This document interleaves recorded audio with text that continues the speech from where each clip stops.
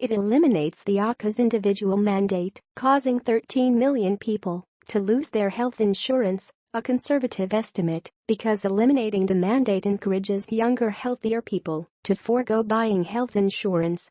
That will create a sicker, more expensive risk pool, raising premiums and making insurance unaffordable for many.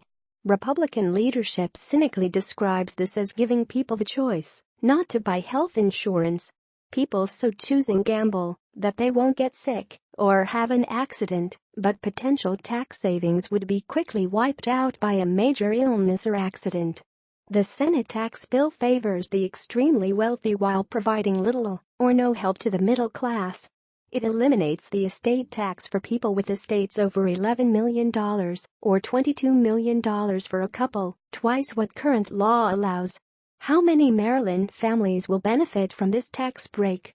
A New York Times analysis concludes that almost half of cuts in the Senate bill would go to people earning $200,000 or more. 10 to 15 million taxpayers earning less than $100,000 would see a tax increase. Finally, 80% of people who earn between $50,000 and $75,000 would be worse off. Even in Maryland, a wealthy state, the median family income is $69,272 according to the 2010 census.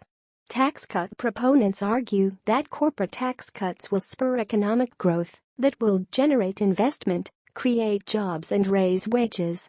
Cuts in corporate taxes will trickle down to individual taxpayers.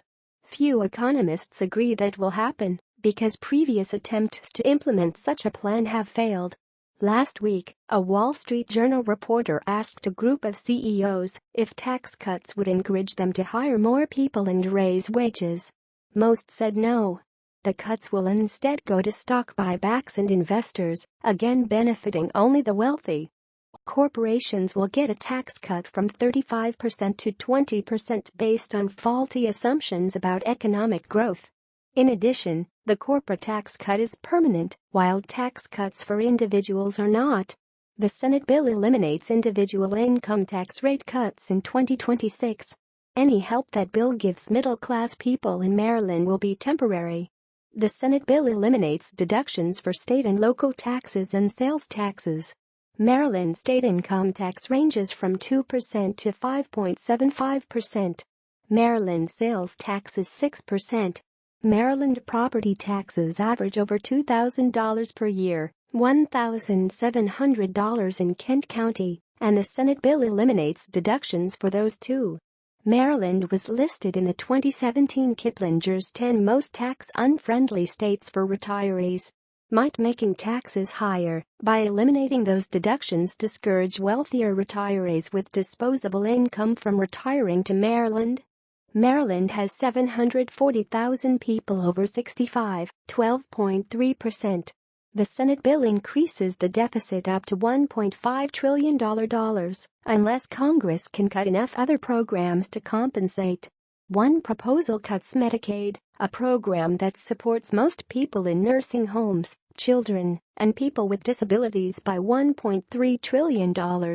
Without cuts that large in existing programs, the Senate bill will increase the deficit, causing automatic immediate cuts to Medicare of $25 billion according to the Congressional Budget Office.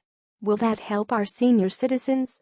This bill is being rushed through with no input from 48 Democratic and independent senators, leaving over half of the country's citizens with no voice in the process. There have been no hearings, no expert testimony, and almost no time for the agencies that advise the Senate to calculate costs and benefits. Without that information, senators cannot make an informed decision. Republican leadership hopes to pass this bill quickly before people know what's in it. That isn't working either.